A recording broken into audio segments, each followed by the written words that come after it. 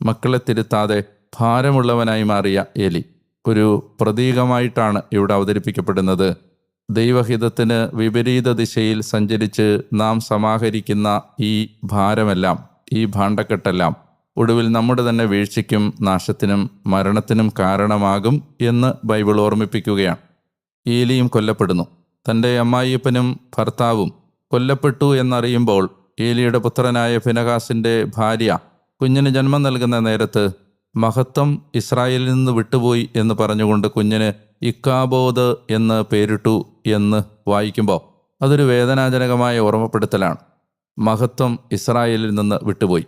ഇത് വായിക്കുമ്പോൾ അല്ലെ കേൾക്കുമ്പോൾ മഹത്വം എൻ്റെ ജീവിതത്തിൽ നിന്ന് വിട്ടുപോയി, മഹത്വം എൻ്റെ കുടുംബത്തിൽ നിന്ന് വിട്ടുപോയി, മഹത്വം എൻ്റെ സഭയിൽ നിന്ന് വിട്ടുപോയി എന്ന് ഒരിക്കലും കേൾക്കാനിടയാവരുത് എന്ന ഒരു വലിയ ആഗ്രഹവും പ്രാർത്ഥനയും നമ്മുടെ ഉള്ളിലുണ്ടാവണം.